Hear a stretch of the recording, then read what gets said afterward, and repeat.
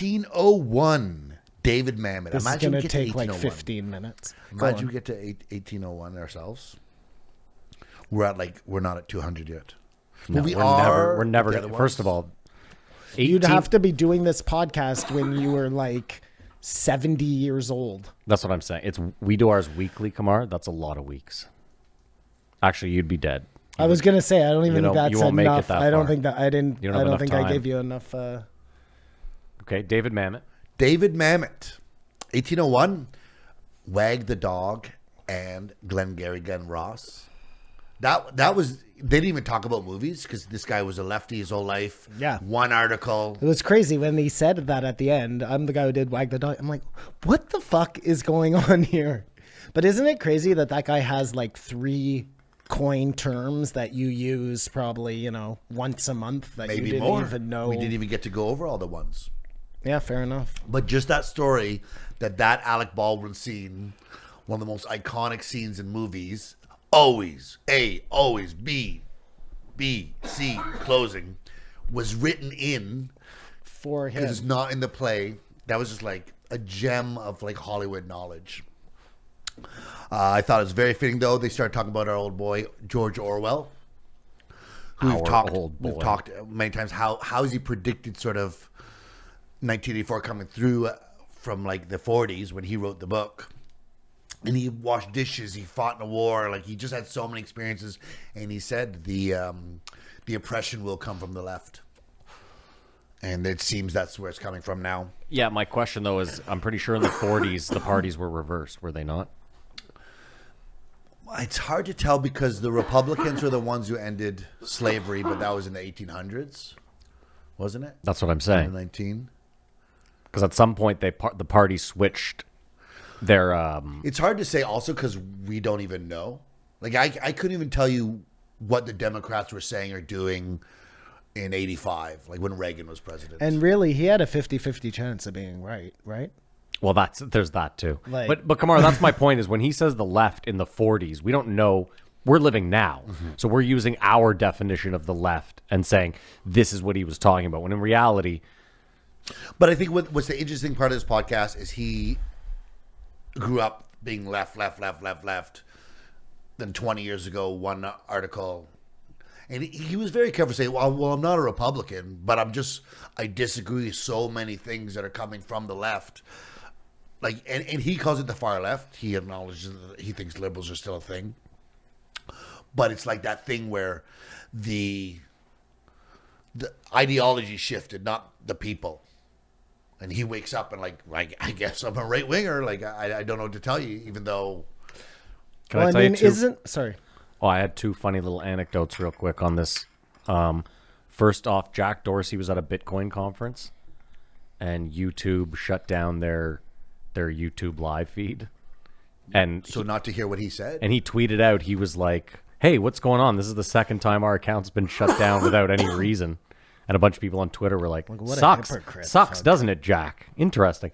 The other thing that I found interesting was I told you that Destiny got banned from Twitch. And it's interesting because he forever spent years arguing with people on the right on Twitch. That's how he built his name. And eventually all those people got thrown off Twitch. So he had no one to argue with on the right. So he started arguing with all these people on the left. And then the left eventually were like, fuck this guy. He's gone. Yeah, that sounds about right. But it just shows you that whole, like, eventually they will come for you. Snake eats its tail. Yeah, it's always going to be that way. Well, that's his whole thing.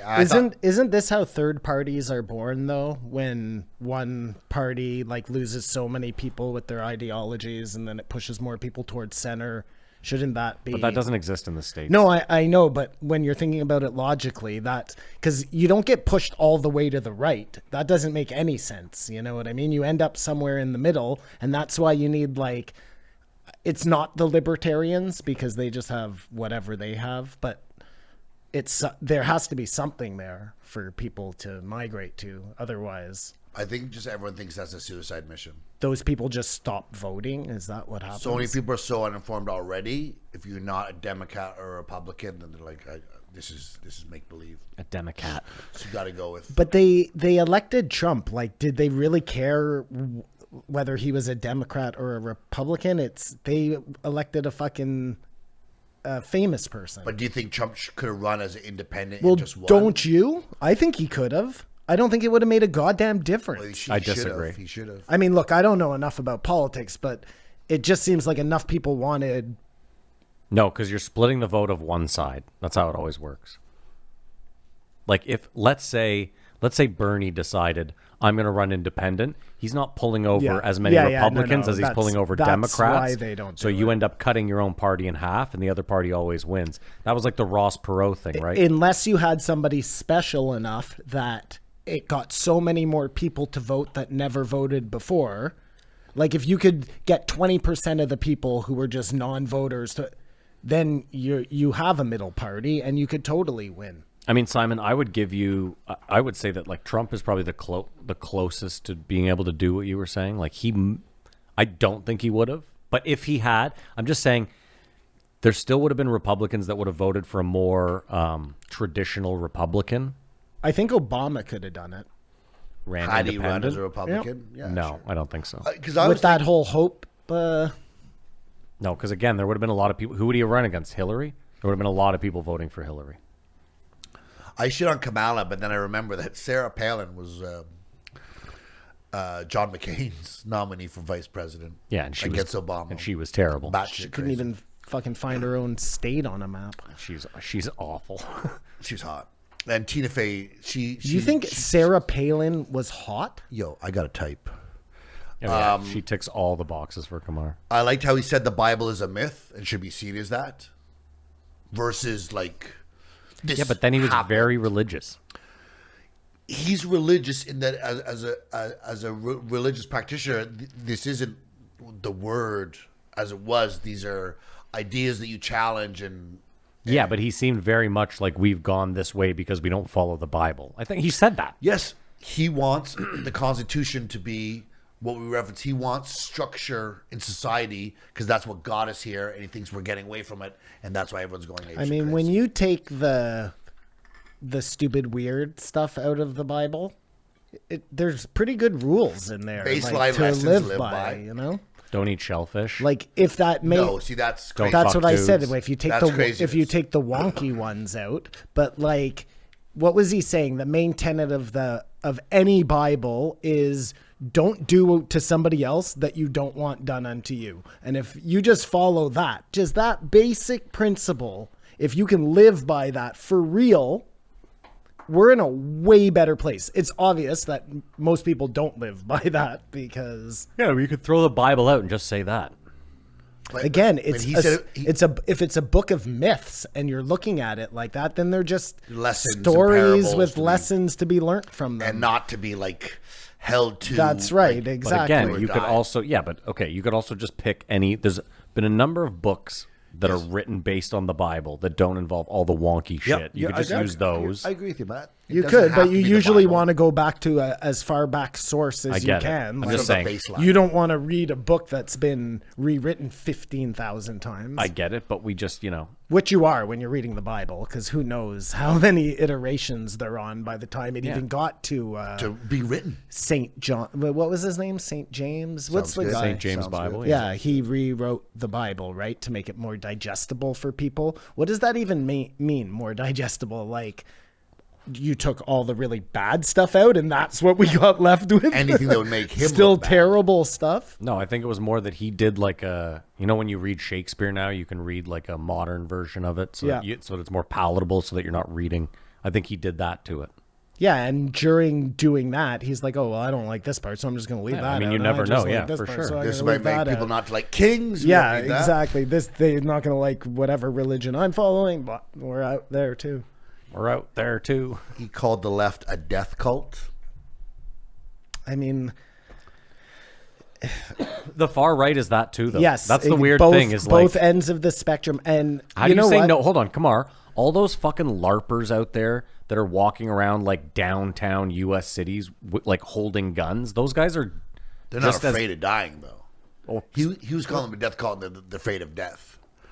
They're ruled by fear of like, and then it sort of stops you or retards you from living life normally. That's what I thought he meant. I didn't really pick that up from it. And then I called the right a life cult, but whatever. I think, you know what, believe it or not, Sam Tripoli actually said something poignant on his podcast the other day. And he was just talking, and he doesn't, anyways. He just repeats what they say. He was saying that, on the big spectrum, the very far right and the very far left, there are these tiny little fractions that make up the majority of opinion.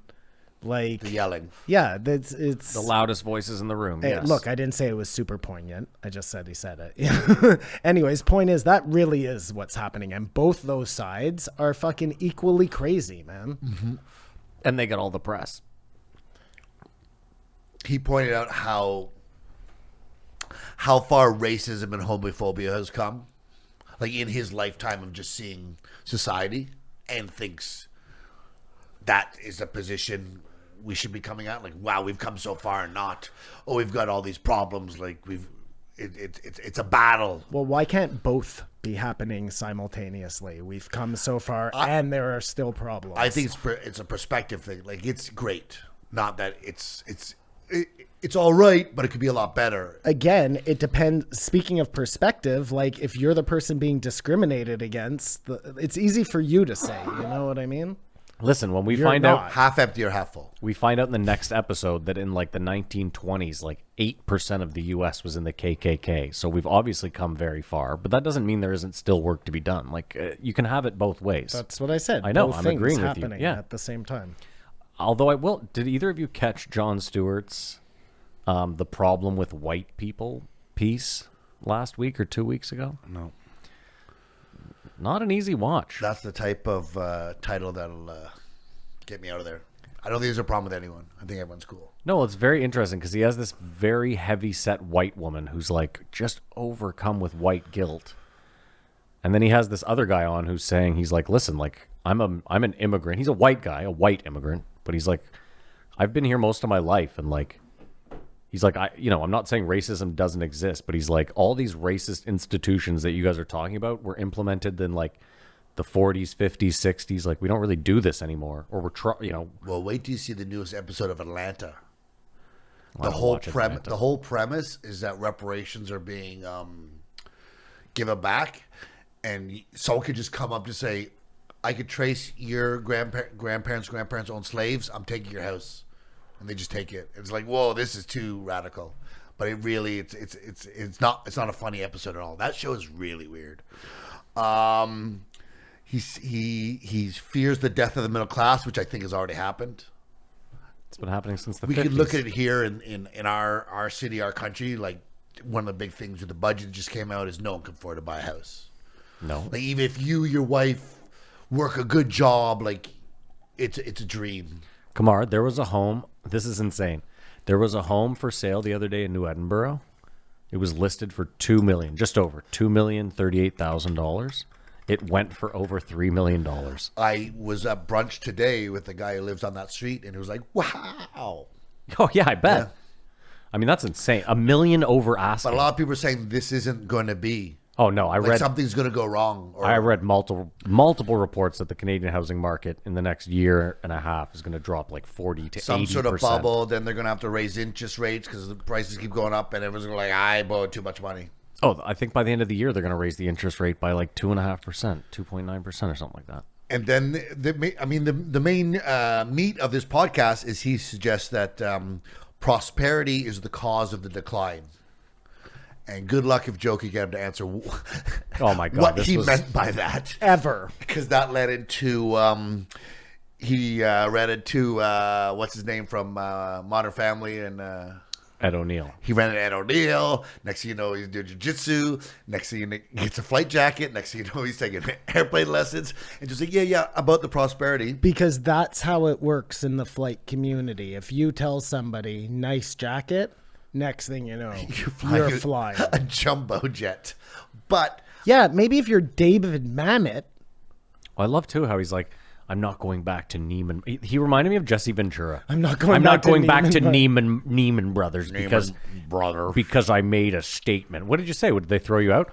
I said I was an illegal immigrant. I was against war. It just those type of situations always remind me of my brother at the casino story. Which one? So my brother goes to the casino one day. He's at the poker table. I'll just give you the really short version. He's at the poker table. He gets up to go. He has a bunch of money, whatever, $1,500 in front of him. Like 2.5, yeah. Or no, sorry, he doesn't. He has a $400 in front of him, whatever it is. He goes outside to have a cigarette, and when he goes to come back in, they ID him, and his ID is expired, so they won't let him in. That's and ridiculous. He says, dum-dums, I'm in there. I'm at a table with money in front of me. You've already let me in, and I've gambled. He got in with no ID in the first place? He got in with his... Or maybe he didn't have ID and he had gotten in. I don't remember what had happened there. He was definitely of age. But either way, he was in and he had gambled. And they're like, well, we'll just give you your money from the table. So they go to give him his money, and they give him $1,400. The guy comes outside. They took someone else's chips. They took someone else's chips. So my brother, thinking, okay, I'm going to do the right thing here. I'm going to give them back That's more their than money. He had? He only had $400. Yeah. I'm going to give them back their money, and they're going to let me back in. No. He gives them back. He says, this isn't mine, blah, blah, blah. They're like, oh, fuck, blah, blah, blah. They come back with his money, and they still don't let him in. So my brother loses his mind, and he gets all angry. And I think this was it. He didn't have his ID, so he went back, and then the next day comes back maybe and goes to use his ID, and they won't let him in because it's expired. And then he just loses it, and he asks to speak to the manager of the... Here, we're getting to the point, Matt. I'm fine. He has to speak to the fucking general manager, you know, and he says, I want to ban myself. Self-exclusion. I remember that. He's so angry that he bans himself for 5 years. And he tells me this whole story, and when I'm like... So who are you punishing here? Yeah, like, me, just myself. He's like, no, I'm punishing them. They're not going to get my money. I'm like, dumb. They don't even know you. You know what I mean? No, every day they're like, how do we get it back? Yeah. Is there any way we can unban this guy legally? So long way to get to... Flying a plane if you want to be a pilot. Anyways, sorry. But I thought what he meant, and he sort of said it right away, is instead of worrying about surviving, we're worrying about managing our possessions and everything we have in this great society we've built for ourselves. It's just so... Listen, my problem with this guy is very simple. On one hand, he said that, and then not 5 minutes later, he was like, Joe, I don't do anything. I wake up, I sit around, I drink some coffee, I write. I was like, okay, so this guy's all about how no one in America works anymore, yet he's made his living, his life, off sitting around and writing, and he's lived a lavish lifestyle, and now he's old and lived this whole... It just bothers the shit out of me. When someone like lives a whole rich life... You love all his work. Well, I've never seen Glengarry Glen Ross. You've never seen it? We've done this 10 times. This is probably the 10th time on this show. Well, there goes your movie game, Kamar. No, there's 10 other movies he could choose from. But you've seen Wag the Dog. I've seen Wag the Dog, That's pretty prolific. Okay, so what? Yeah, okay, separate the art from the person. I just sometimes people do stuff, I'm like, yeah, I want them to be my friend. I like them. I like Picasso's work. It's probably not a great dude. But he's a douchebag. You know? Like this episode, I hated this episode. Okay. This episode was fucking terrible. I only hated it because Joe was actually trying to like do his job. I don't understand what you're saying. I don't understand the connection you're making. Can you please explain? Well, it was weird. I felt and he would just tell another fucking analogy that confused me even more. He's the analogy king. I felt like, he's definitely that. I felt like he came on, like having listened to Joe's show and just thought like, Joe seems pretty conservative. He's just gonna like agree with a lot of my, and Joe was treating him the way I was. Like, what the fuck is this guy talking about? Like, I think he didn't think that and thought maybe we'll just talk about movies all show, and didn't know that Joe would be so interested, because Joe's main thing was, you were a liberal, now you're conservative, you wrote a book about it, what happened, and his explanation wasn't enough for Joe. Or me. Or you. Was it enough for you? I want your dad to listen to this episode. My dad? Yeah, I think he'll like it. Okay. He reminded me of your dad, to be honest. I mean, I don't think so. No. Was your dad an old Jewish guy?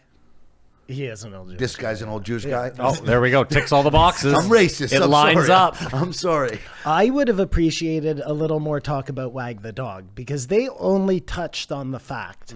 So This that is in the last half hour, by That the way. movie was made before. Sorry, I'm jumping to the end of your notes. That movie was made before the Monica Lewinsky scandal. It's almost exactly the same. Like Schadenfreude? Is that what? That's not Schadenfreude. Schadenfreude? That's not no, No, that's laughing at someone else's. this is predicting the future 3 months before the actual events go, which would lead one to believe. Oh, he got notes from the CIA. Here. Want to write about this? Well, maybe that they it's knew a winds of exactly what change. Lewinsky was going to do because they had her do it.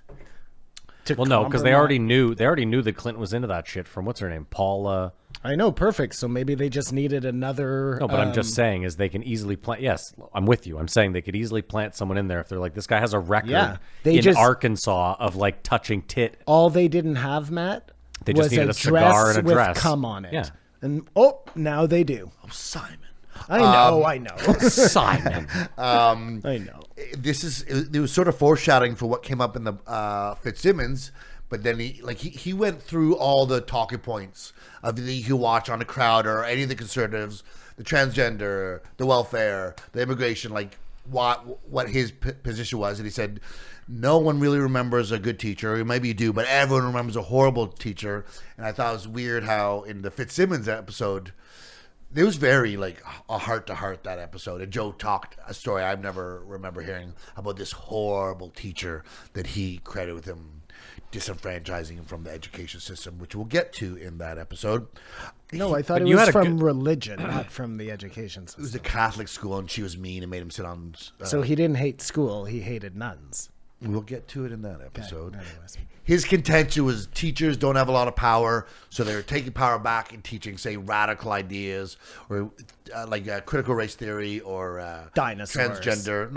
I wish that was it. Dinosaurs, that's rich. And then he brought up taking the left out, like even Sarah Silverman's been gone, he's been gone. Like it's obvious. There's been enough examples that it doesn't work, censorship, or it does more harm than good. But I will say, though, it's interesting because Joe brought up the fact that all those alternative social medias end up as complete fucking dumpster fires. Like, he said that, but not with like a list of examples. Because I've asked that a couple weeks now. Like, is that true? Who's died? Because like me, I think Joe is just old, and he assumes that's the case, right? Like, if you kick all the people off of here, they're gonna go here. Do they? I don't know. I don't know if that's and true. you could be right. I haven't heard something egregious like they let anyone say what they want to say, and it's just. Have you hung out on any of those ever? no, I'm not on any social media, but I've read that they are not the best places to be. Like, we're talking about what? Like Rumble and what are some other ones? Odyssey. Who was the guy? Minds? The guy that Minds. I was on Minds for a long time, and I saw way more Q-ish, Trumpish stuff, but it wasn't like egregious. I don't think. But maybe there weren't enough like naked vines on there. There was no swastikas. That's all I'm saying. Yeah. You know. And that's no good. You need more swastikas. Like if you go on the Daily Stormer website, you will feel. What the fuck is the Daily Stormer? It doesn't sound good, does it? No, but what is it? Why? What is it? It's like for sure racist. It's just a website. We're talking about social media. Daily Stormer platform. would be like Breitbart or Huffington Post or whatever. Okay, It's I see. like Gotcha. Yeah. hardcore. So it's not social media. It's just like it's just media. Derogatory. It's actual Media, yeah. I mean, in the loosest. He gave that example of about how people are losing their mind with a pilot. No nail clippers. It's like I have a gun. It's like I don't care. Rules are rules. You got to give up the nail clippers because that's a possible designated terrorism weapon. And we need more examples like that about how we've got to step back and look at what we're doing. Well, dude, I'm pretty sure it was Vancouver. I think it was like a decade or two ago. There was this big uproar because this police officer was wearing, and I'm sorry that I'm going to get it wrong, a turban, some sort of headdress. But on that headdress, it had like a decorative knife. Yeah. Like a small decorative knife is like how you piece the whole thing together. And people were in an uproar that they're like, this cop is carrying around a knife. And I was like, guys, he's also got a baton, a gun, mace. Like, are you really worried? It just seemed more like they were angry about the turban than the fucking knife. But again, I just don't get it. Like, just the common sense is on to like us. ban them from the workplace, didn't they? I don't Are remember. you talking about Quebec? I don't know. I don't think it was Quebec. Quebec bans everything. We know that, yes. So he tells this story, and Joe's like, okay, but what does this have to do with prosperity? And then he threw out another, like he's just trying to. What did it have to do with prosperity? Nothing. He said, okay, the more prosperous you get, the more disconnected you get, and the less involved you get in your community. So does that make sense for you? Where we're not as involved, like they're, but I guess they get into a new community of really rich people. But you don't. Do you know all your neighbors on your street? Well, first of all, like the 15 houses around me are all in like a email newsletter. And like every day you get a blast. Like someone broke into my car. Someone did this. But you are somewhat involved. Yeah. I mean, listen, do you wave? The guy that lives directly beside me, Mark, he's like an older, seems grumpy, but isn't dude. Him and I like have great rapport. I always say hello to him. Cool, always. cool. Yeah. And you saw me get along with your neighbors? I mean, yeah. I know, just say hello to everyone. I know most of them. Our house looks like a halfway house for alcoholics or something. With me always going outside to smoke on the front stoop. And the advertisement And you're close to the Royal. And it's the advertisement for the Comedy Store on the lawn. He doesn't put that up yet. Just, Maybe he doesn't want people to know now. Let's attack immigration. Immigration is interesting because we're having a situation that if you let these guys in, you're sort of saying, welcome in. We look forward to your vote. Which I think there should be some sort of like, you can't vote as an immigrant for 5 years or something. Just... You get here and decide what side you're on. Don't associate. That would make sense, not as a punishment to the people who are coming over, as a punishment to the politicians who want to use those people as a means. If that is their intention, because this has just been suggested, there's no proof that no one said, 80% of all immigrants vote for the party who's in power when they let them in. To be honest, the numbers in the States currently don't back that up. Most Latino voters vote Republican at this stage. Because they're religious and are against abortion and stuff like that. That's precisely it. You can't listen when you talk gay rights and abortions around like Latin people. Yeah, they're like, whoa, what the fuck are you talking? You know what I mean? It's not. We ain't as progressive as you think, Holmes. Yeah. We're about to have an election here for provincial. Yeah. Provincial, and you can see like he's starting to give stuff away now. Well, okay, so we're back to a buck of beer, and it's just the perfect example of like not doing shit until the election, and that happens all the time. So just to what you were saying, like. Well, it kind of reminds me of like a crypto rug pull, where they offer all this like you're gonna make 10x, things are gonna be great, and then you're like, you know what, I like this, I'm voting for this guy, and then you vote for them, and the second they get in, just like, oh, I'm not going through with any of that shit. It's exactly what they did with the weed stores. He was like, we're just gonna make a free market, and then big pump after fake. year 3. Well, he said democracy dies when the voter can vote for the government to give them money. Which make like all of a sudden which is about to happen, which is it's happening a lot, and that was his biggest qualm with the Democrats.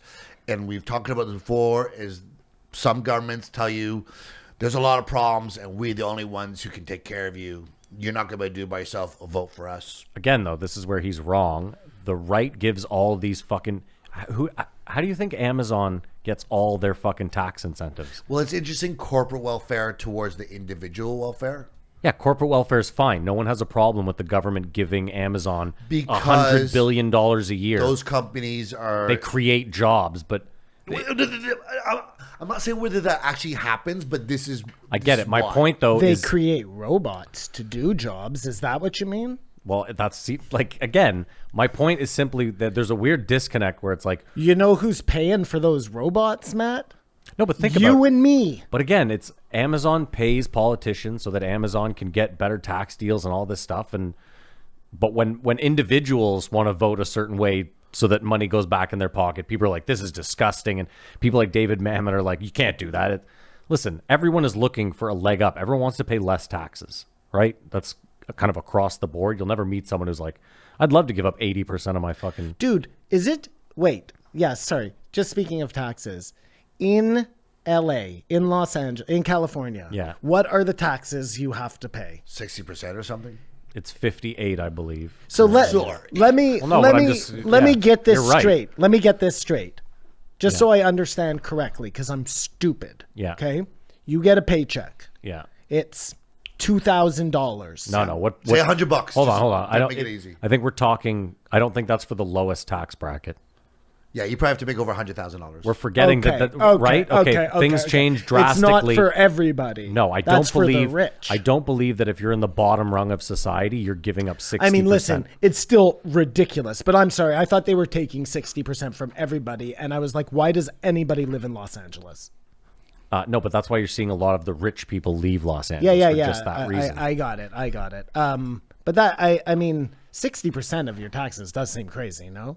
Yeah, even someone like me who agrees with social services Yeah. and stuff like that to a degree. I'm not saying all of them, but maybe there is that threshold, right? Like after this certain amount of money, everything after that gets taxed at 60%. He suggested that universities are also like a weird type of welfare, and that you get the Why? What happened there? I thought that was no. Simon, I also think they should start instituting some sort of. And again, rich people will just find a way around this because they're going to be all over the legislation. But I think if you're, and again, we can set high limits. If you're worth over $1 billion, I think they should say you can only, the inheritance you give can only be 20% of that money. And then 80%. Now, keep in mind, where does it go? You can decide. But it just can't be it has to go to charity of some sort? Precisely. If you want to give it to like a hospital or a library, I just don't think because again, Simon, think about it. You're worth $40 billion. You're telling me that your family can't live off 20% of that? I listen, I'm not disagreeing with you from a principle idea, but again, we're arguing now about the government stepping in and telling you what you can give to your children, and you know what I mean? But what I just said was again, we would set massive thresholds to this. Right? Like if you have $1 million, we'll say, okay, we'll tax it at like 20%. Yeah, I mean, I don't know. I'm just saying we're letting the richest rung of society pass all their money along to their next of kin, and it's all staying there. None of it is getting recycled back in. Elon Musk, Bill Gates, Jeff Bezos, these guys don't. Oh yeah. Sorry, kill the rich. No, I'm not saying do this. No. That's what I'm hearing. Okay, no, fine. I'm just joking. No, but I'm with you. I totally hear that what money's you're never going to make it back into the system. So we have to find a way to get it back into the system. It's just kings passing gold down. Yeah. Listen, you could even say, Simon, we will specifically, like, no red tape. All the money goes to infrastructure. Pick something, education, whatever it is that you think your country is lacking the most. You say, listen, when these billionaires die, pick a city and fix it. Dude, and again, I'm not saying they can't keep a large portion of your money. Like, if you die with $1 billion, your family gets to keep $200 million. If they cannot make it on that, they do not deserve to make it in this society. I don't see this as like a crazy idea. If you are in the top rung of society, you should be willing to say, when I'm dead, this doesn't just go. I don't know. It doesn't seem that crazy to me. I'm not saying if you're worth $1 million that you have to do the same thing. What happens, just out of curiosity, let's say you're like the richest man in the world. Yeah. And you have no offspring, descendants, or you hate everybody, and you decide you don't want to leave that money to anyone. No, that never happens. $1 billion, or it's way more than that, $100 billion, like what happens to that money if you die and it's not anywhere? I assume the government expropriates it. I think a lot of them like if it's in the bank, they they probably get it. But what if you just decided to keep it all and like you're on an island somewhere? Well, those Cayman Island banks would end up just probably keeping it if you had it in an offshore account. Creative way to spend it over the years. I didn't mean that kind of island. I meant like a literal island where you had like Fort buried Knox, money. You know? I don't know. I mean, buried money is different because first of all, in like 30 years, it'd be worth half of what it was worth. Unless it was gold. Yeah, gold's a bit different, yeah. But that's a good question, Simon. I don't know. I don't like Kamar said, most people that die alone with no next of kin. They leave it to a hospital. They build a park. Their dog. Yeah, and even in that case, isn't that hilarious when people leave it to their dogs? Yeah, because that's pretty much just like you're saying that money's gone forever. No, I think your dog can't donate it, Matt. No, I think usually what you're not reading is they're saying, I want my dog to live the lifestyle it's used to because I loved it. Once and then it goes give it to the SPCA precisely, or yeah, whatever. exactly. That would be a humane society, or what do they call that in the States? It's the SPCA. Is it? I think that's where I don't think we're the Humane Society. Yeah, gotcha. What does the SPCA stand for? Is it an American term? Well, according to Matt, Children's Aid Society? I don't know. No, it's something. a pet place. Yeah, what does SPCA stand for? Well, I'm gonna find out right now. Okay, Society of Pet Protection Association. I'm sorry. No, that's pretty. Society pet something. American Canine. I think it's all pets. It seems a little exclusionary. He talked about how university is welfare and that they give you all this money to go to school and they're sort of like indentured servitude or whatever that idea. And he said, what if you had to earn the money to go to university? Who would spend it on university? If you have to earn $250,000 by the time you're 24, and that's now you're older going to university. I thought about that guy who spent $20,000 on the ring. Yeah. Like if you earn that much money, we'd be like, okay, now I'll give it to you guys to teach me about social sciences. I don't think anyone would go to university if you had to earn that money yourself. I mean, I think it's too broad. Like my stepdad went to university to become an engineer. He's an engineer. Yes. He works on planes. That's something that's, that helps us. That's physically like he inspects planes for safety. So it's not like across the board. I understand what he's saying. He's saying more the social sciences and that sort of stuff. Joe, and he admitted to it, accused him of generalizing all the time. Yeah. And he said, yes, I am. Yeah. And I just want to reiterate that like I saw this guy talking the other day. He's one of these online, like super, he's like a Gary V type. And I've even heard support. Yeah, kind of. And I've even heard Gary V say it, like college is a waste of time. University is a waste of time. And like, I didn't go to university. I don't think across the board university is a waste of time. And I say that because like first of all, the networking alone, especially in the States, dude, there's a lot of people that have made their careers off just like the people you met. I'm Penn State alumni and I went in for an interview and this guy was Penn State. And, now I've been with the company 50, like that's why you join fraternities. That's what I'm saying. Like that shit on that alone, there is some merit in it. I'm not saying it's worth going into Hawk $250,000. That's crazy. What does it stand for? It stands for the Society for the Prevention of Cruelty to Animals, and it is SPCA. It is the Humane Society.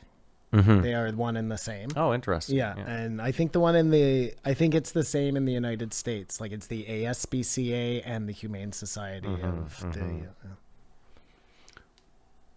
Cool.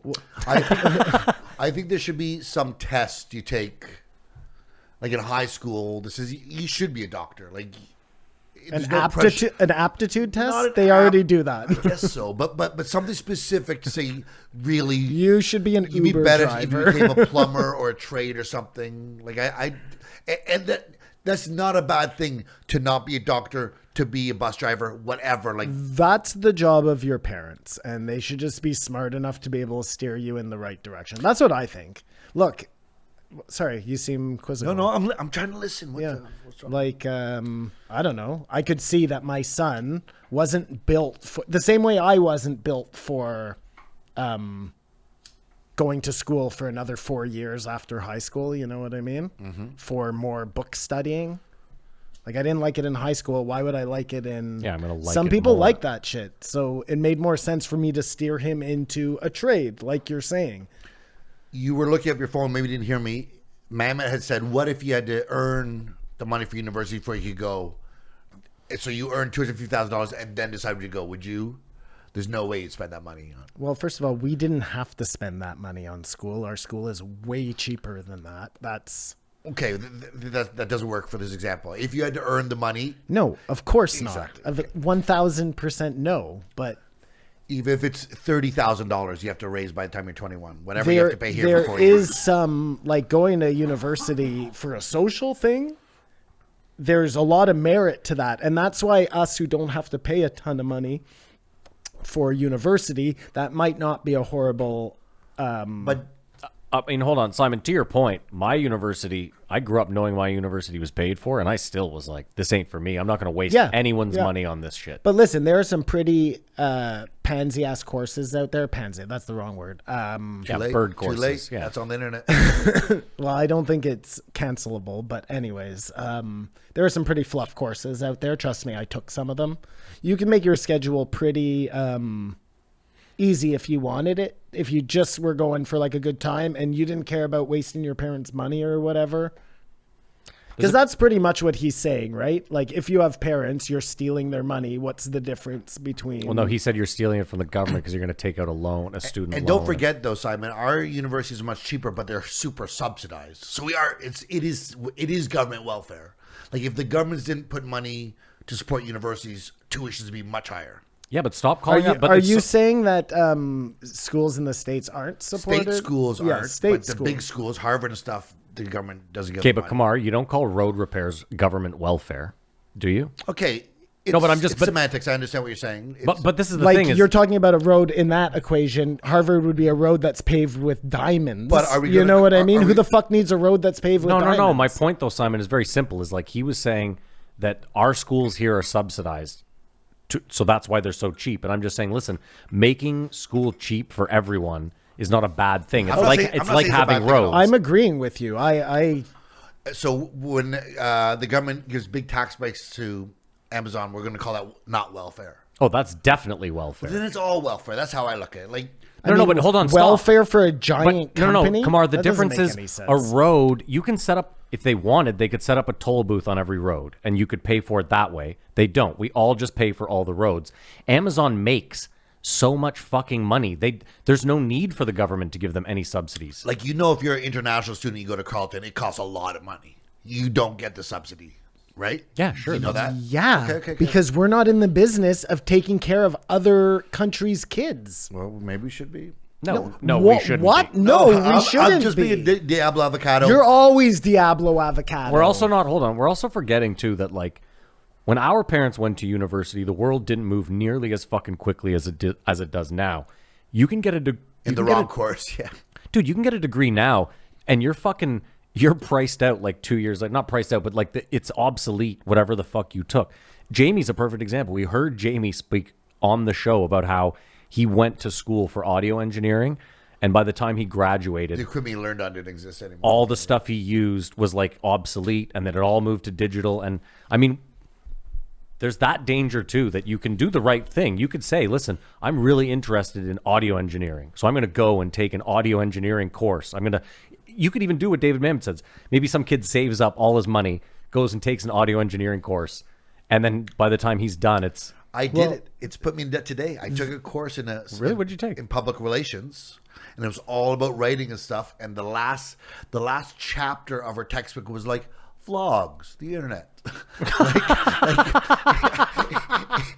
These things are coming down. I could not have picked Of course. the worst course to put me in debt for the rest of my life. Yeah, so yeah. I can totally relate to that.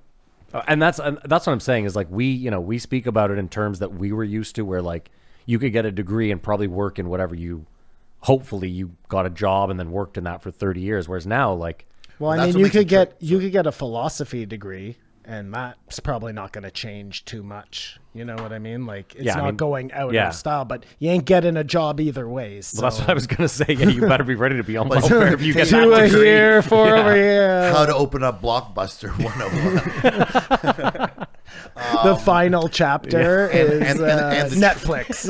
and the How to avoid Netflix. How to start when a failing small Netflix business. offers you money, take it. End of chapter. well, that's what makes the trade such a sure thing. A pipe is a pipe. A 2x4 is a 2x4. But I thought this story. I mean, for now, this story. they 3D print a lot of things now. Okay. Yeah, but still, you still need someone to like. Listen, we're always gonna need plumbers. You're right. Robots. No way. You're always going to need. I'm telling you, in our Robot lifetime. plumbers. Listen, in our lifetime, you're always Yes. gonna need a plumber. In You're always our- gonna need a general contractor. And anyone who can afford to pay a contractor isn't going to get a robot. They want someone they can yell at. The young people do that. But this story that happened, I think, just sums up this whole podcast. He tells a story about Boo Boo Mancini. He's a good friend of mine. Goes to this agency, and he says, "I want you to represent me." He said, "Well, you got to make $1 million in a year. We got to see you got the potential of that." And he goes, well, "What's your commission?" He goes, 10%. He goes, "So that's $100,000." He goes, "Here's $100,000. Represent me." And he said, "No, we won't represent you." And he's like, "Well, you're full of shit then, because you already got the money. I just need the help getting my foot in the door." And Joe's like, "No, that doesn't make sense at all. There's no motivation. There's no incentive for them." And I think if you gave me $100,000, I'd want to try to earn it for you.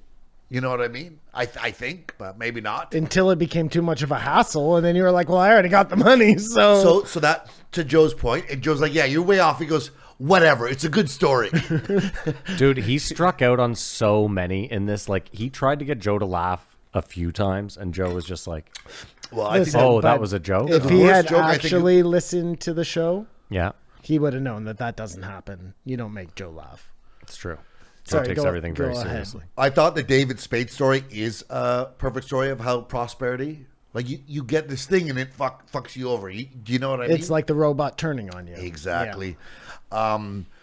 He said, Sully said that there's no such thing as doing multiple things at the same time. You just do everything shitty. We've heard that before. Who said that? Tom Hanks, or did Sully say that? Sully said it? Okay, I just got to make sure. So I got to thinking about this, and if it's like, say they're like going to put you on welfare, and the idea is, because we know Joe believes in welfare because he benefited from his family stuff, but instead of signing you up for like hopefully in 3 years you get on your feet, I think it should be big and short.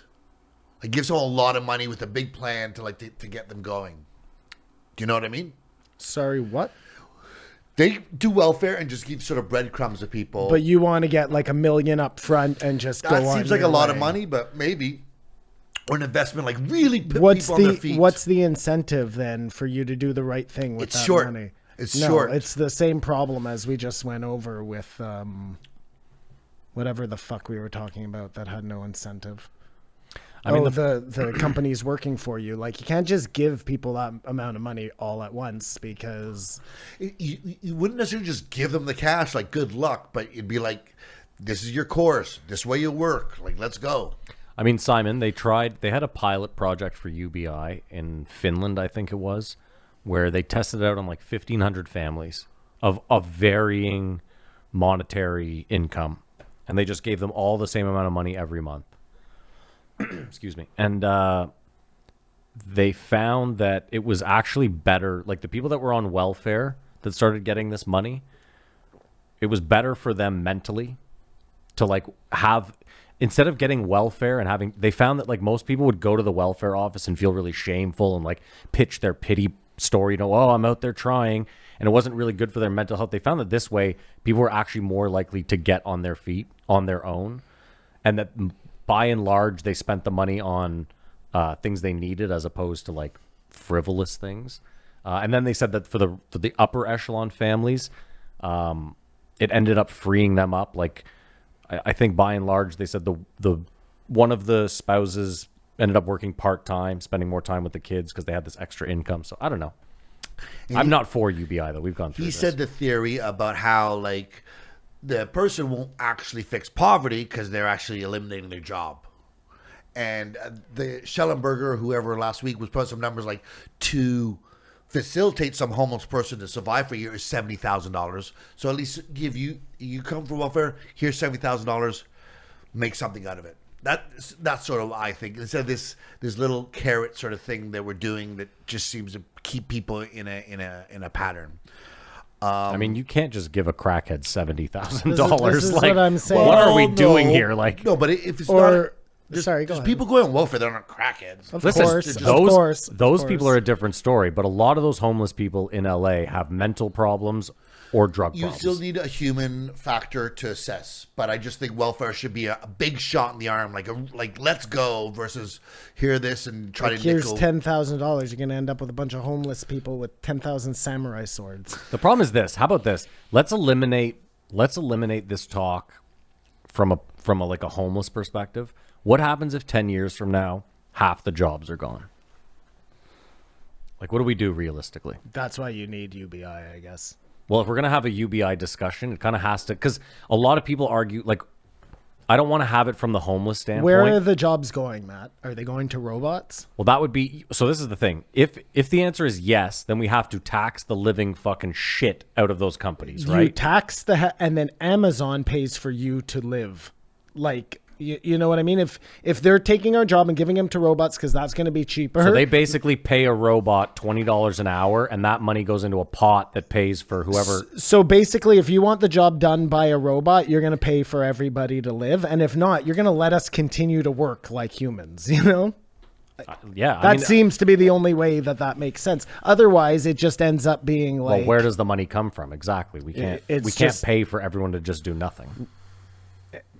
And then it's going to be, you're going to end up with war between humans and robots. It's inevitable. It'd just be a world of the service industry.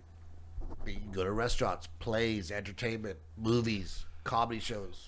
Yeah, but you only but hold on. The whole world just becomes entertainment. But Kamar, leisure. That's interesting. Pleasure Island. No. Pleasure Island. No. Oh. You guys are wrong. Okay, but hold on. So, what incentive do I have to put on a good play?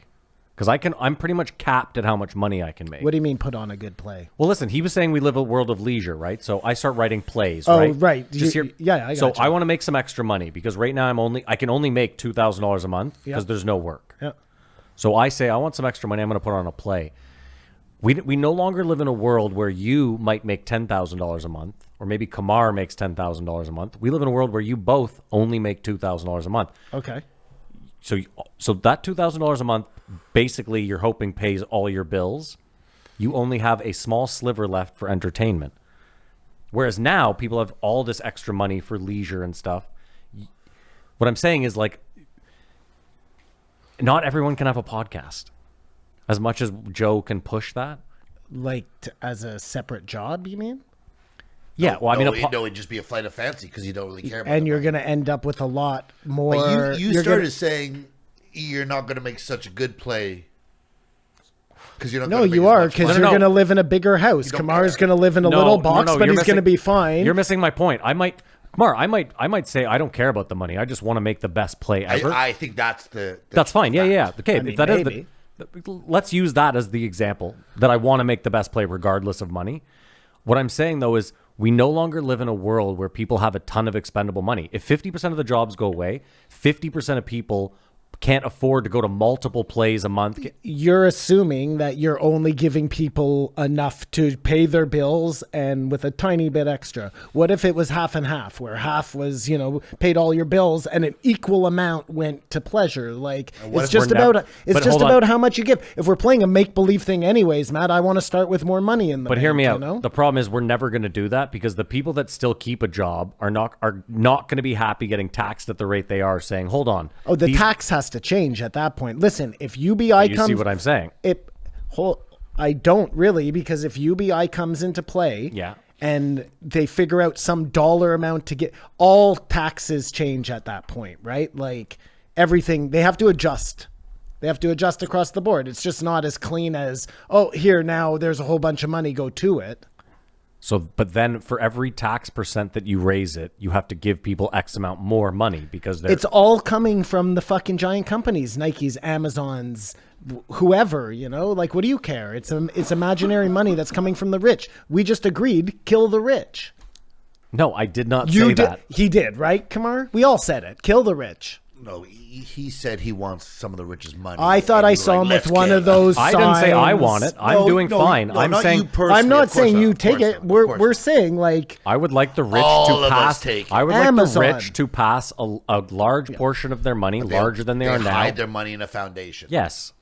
Well, that's what they would end up doing regardless. I constantly drive by that Amazon fucking... I do too, yeah. The warehouse. The warehouse. And every time I drive by, I just think to myself... We probably paid for that. Pyramids. This is like they build the biggest thing they can to be the most impactful so that when you come up and you look at that giant Amazon thing, you are so awed by the sheer grandeur. It's all fucking smoke and mirrors. Are you talking about the Amazon one like in Orleans? The warehouse. No, this one out in off of Hazeldean there. On your way to Arnprior? No, man. In Ottawa. Yeah, there's another one, right? There's one out going towards Montreal. Yeah. That's the first one. It's 100 bays. This one is, I don't know how big. It's 2 floors. Okay, maybe that's what I saw. It's crazy. My It's just buddy was ridiculous. telling me that the whole thing is already totally outfitted for automation. Of course. It's like the ceilings are built for certain specs. Everything is ready to go. On the drop of a dime, it's already there. It's like the inside of the pyramids were already made for whatever they were made for, you know? Well, don't forget, too, this is a company that, like, holds their employees to a standard that is impossible to be held by anything but a robot. But yeah, that is interesting. It's like they have set rules that are meant for androids, but they're just having humans fill the spot. It's hard to love that job. I can't wait to get to work and put packages. Yeah. I mean, you did it willingly. Well, he was a different branch of Amazon. At least I'm sure that had more. No, I worked for UPS. Oh, that's right. So yeah, I yeah, actually did work at that thing, and I had a little like competitive pride of trying to get good at filling the truck because I'm a simpleton. I know, You know and what I mean? imagine when those guys are like racing robots. Like you can't No, win. you lose. Because I want to take a break, and the robot just That robot just smokes while it works. It doesn't even take a break to fucking. You know who Mark Rober is? I'm sure you do. He's that He's YouTube a guy. YouTuber. He does neat experiments and stuff. Precisely. He's making De Niro. he's making mad bank. But he did this thing where he built a robot that could lay dominoes. He wanted to break the world record for the biggest domino thing. I seen that one. And he had this girl come in that was like, she was a record holder in dominoes. And he was like, I want you to lay out dominoes, and then I'm going to have my robot beside you, like, do its thing. We don't stand a fucking chance. Those are cheap dominoes, though, they used, eh? They're like those plastic the ones. plastic ones, yeah. Well, dude, it would have cost I him. understand. I understand. What are you going to do with $1 million This is worth the of problem with leftovers? prosperity, man. I thought it was a neat anecdote. The loser can't get enough to eat. The winner can't sleep. It was Gambling. a neat potion to cure you from snake bites. What? An antidote. Anecdote. I do that on purpose. The antidote. He Say it again, though. Come on, I missed it. when in gambling, the loser can't get enough to eat, and the winner can't sleep. The loser's just like trying to win it back, and the winner's like, oh, the money's burning a hole in my pocket. Everyone loses in gambling. You've never won the money, but like, Yes, I have. how am I going to fuck this up? Okay, well, there you go. Those are the good stories. Well, no, I'm saying I've once in my life I've won more than $10,000, and I find that those wins you actually just like. I found that one where I walked away and was like, "This is fucking incredible!" Like, One day I'll feel that. He argued that the two-party system works because you get to cut the piece of cake, I get to choose it. That is a good analogy for sharing something with someone. I don't know if it is for what he was saying, but as I was listening to that, I was in my car and I was with my son, and I just said, that's good. I made him take his earplugs out, and I said, that's a good way to get somebody to share something with you. That's the best way. If you cut it, I choose it. I choose it, and that keeps everybody honest. But I'm not sure that's how it works. But he with said the it ends two-party up the government system. makes the pie and then takes the pie. It's like, Exactly. fuck you anyways. It's like they made the whole pie. They gave you the knife. It doesn't even exist. The pie doesn't exist. He argued that the death of free speech he feels is the death of society. I think you said that already.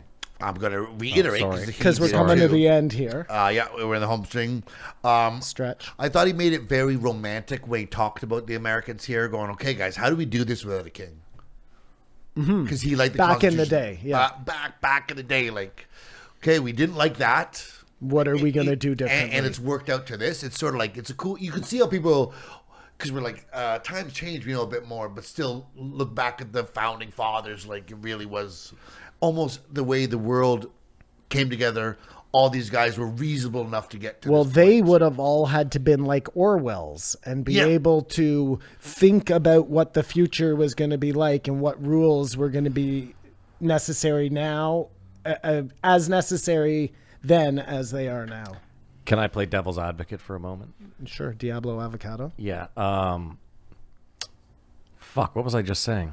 I don't know. They figured out how not to have a Founding king. fathers. Oh yeah, the problem with the Constitution, for example, is nowadays a lot of Americans are buried in it, in the sense that they're like, it's the perfect thing, it's perfect, it doesn't need to be changed. The founding fathers specifically were like, you can change this along the way. That's why they're called amendments. You know, like you can meld this thing to fit the time of the day. It doesn't have to be so staunch and set. Like, because Orwell could have got it wrong. I'm just saying, I'm not saying change the First Amendment. I think the First Amendment is the one. That's why it's number one. I'm not saying change the Second Amendment. I'm just saying Americans forget that they're called amendments. But the beauty is to just keep it in 24 things. Yeah, keep it simple. You don't want a list of terms and services. So yeah, of course. It's really got to be warranted that you do that. I agree. But like slavery, you know what I mean? Like well, you know, some things we rush to judgment. You think they abolished it too soon? Is that what you're saying? He was shitting on critics. And then simultaneously, he was like, Siskel and Ebert loved my movie. Said it was the best of the year. But the rest hated him. But he said when the one guy died, he was like, finally, he does something for the film community. Just his dry humor. Oh, sorry. I cut you off before, Kamar. You were going to tell us about a joke that he tried that Joe hated, or a joke that hit? No. None of them hit. None of them hit. The joke that did not hit that I thought was good is a rock star goes to the psychiatrist. Go on. Like, I don't, I have everything. Like, what's wrong? It's like, I don't know. Like, why does my mom have to be on welfare? Like, yeah. So the problem is you're not taking care of your mother. It's funny that Joe didn't get it. I thought it was really good. Well, obviously, the problem is glaring that you're neglecting your kin and stuff, and you're selfish. You are the problem. You're a piece of shit. And Joe's like, kill the rich. That's a really bad joke. I think he said that out loud. Yeah, that's not nice when you say that to people, eh? Like, I get it. You tried a joke. It didn't hit. Nobody likes to have it called David out. Mamet might have done just as much for society, if not more than Joe, as artistic contribution to the zeitgeist and, like you're saying, catchphrases and words and stuff. He's written a lot of stuff. I want to see the movie talking about State of Maine with Alec Baldwin, where it's about a movie crew goes to shoot in this town, and the town are just sluts to it. Like, I want to be in the movie. William H. Macy's in it. It looks really good. Was it you who watched The Bubble? Oh, I'm ashamed to say it. It was terrible. I'm ashamed to say it. The joke where he says, two Jewish guys in a bar, and he says, yeah, I went for this job on the radio. And he goes, what did you get? It's like, no. They did like Jews. That's a great joke. That's a great joke. Great Joe, joke. Get out of here. It's a great joke. Why did Hitler kill himself? He has a stutter, Matt. That's why I know. they I didn't liked hire it. him. I Do laughed you get when he it? said it. Yes. And then the one that I couldn't believe he did this one is why did Hitler kill himself? He got the gas pill. Like, I heard that when I was 8. Yeah. I think it was in a book. Like, that's not a good joke at all. And he brought us like, okay, I got one for you. It's not a good joke at all. I have the best Hitler joke of all time. No, I don't know. You've heard it. Yeah, but I don't want to. We can't see the media is disproportionately left. You know, Simon, I like your attitude lately. Okay. It's not down the middle, the media bias. You know, you say, oh, CNN is this, well, Fox is that, then you can keep listing. There isn't an equal, like, there aren't 20 That's because there's more big left-wing lefties and 20 big righties. It's if you want to say, like, because you were oppressed or whatever in the back, we have to help you. Like, they're talking about that equity conversation, which I don't know where I lie. Like, just like all bootstraps. Yes, let's try to help people. I don't know on what level, but there's always the danger of overcompensation. I don't think that'll ever happen. Like, in 10 years from now, all the news will be right wing and there'll be just a fledgling of left wings. All the social media, all the media seems more left. So it'd be nice to have that balance out. I don't know if that can happen. What's the balance, though, like to have like a Fox News, a real Fox News on the other side? Well, there are online. There's like news only. You agree, or most people agree that news is dead, right? Yeah. Mainstream news is dead. So what do you care? I don't. It was just a point. No, I know. I'm just asking. He just said more media's left, more social media's left. It's just, and we see the left is doing the censoring. Maybe we should be wary of that. Government is there to buy something everyone needs but no one can afford. I thought that was an interesting thing, but he argued that if someone needs it, someone will make it. So he's Republican viewpoint in like more government is a bad thing smaller government. And that's what we say if you're conservative up here. Of course, every government grows, but everyone says, but you see the Liberals or the Socialist Party, the NDP, are spenders. Like, that's where you want balance, right? Someone to spend and then someone to claw it back. And that's allegedly what conservatives do. It's allegedly what the Republicans do. And that's where he's finding himself here.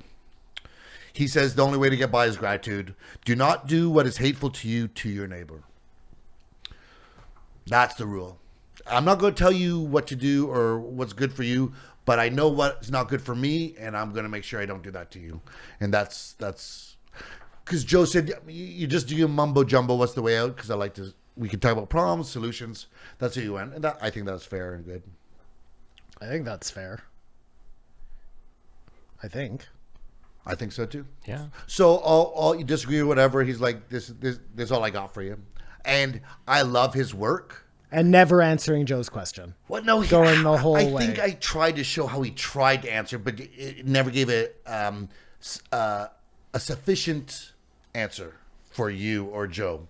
To feel Or like Simon, or 90% of listeners. No, Simon's been rolling back and forth. No. on I had a Mamet. friend specifically call me and was like, "Have you listened to this Mamet episode? Because I'm currently turning it off because this guy keeps skirting all the fucking issues." Like, But what he's created, he gets to be Sorry, this I missed guy. that. so What? you think he gets a pass just because of what he's created? I think he tried to explain his point of view. No, he didn't try and explain Okay. his point of Thank view. you. That's I what think I he was went out waiting of his for. way not to I explain agree. his point of view. I think- I don't know why. I don't know if that's because he didn't have the chutzpah, as the Jews say, to back up his claims. I don't but know. he went out of his way not to answer Joe's And question. he's also Thank dark, eh? He's like, well, if someone's stooping Jenny in the family, they're not going to talk about it. Yeah, I just, that doesn't usually happen in Jewish families, just by the by. Oh, no, he was saying they were Gentiles. Was that right? I was just trying to talk like I'm on I the mean, up. Gentile is right. I don't know if that's what he was saying. Gentile is right. Tell me if this is weird, because I don't even, you'll know what this means, but I'm at brunch this morning, Yeah. and the waitress comes up and goes, do you need a re-up on your coffee? Yeah. Oh, that's a drug term, and you're offended? Is it no, easy? but You soft it's like, snowflake lefty. How have the streets gotten to the King Eddie? I don't know. Oh, especially the King Eddie. Yeah, you want to re-up on your coffee? The re-up. Interesting. Do you find that's a little street? Like, would you like another cup of coffee? Works too. You Louis fucking C.K. said he'd ingrate. Louis C.K. said he'd re-up on being white every year. Did Yeah, you think I that don't. was too I don't. street? I wouldn't have. Even, Okay, I wouldn't then have noticed. I'm sensitive. That's what, I haven't been that's out. what I think. He did Glenn Glay Rossine for Coffees for Closes just for Alex. Watch everything he does. He's a great writer.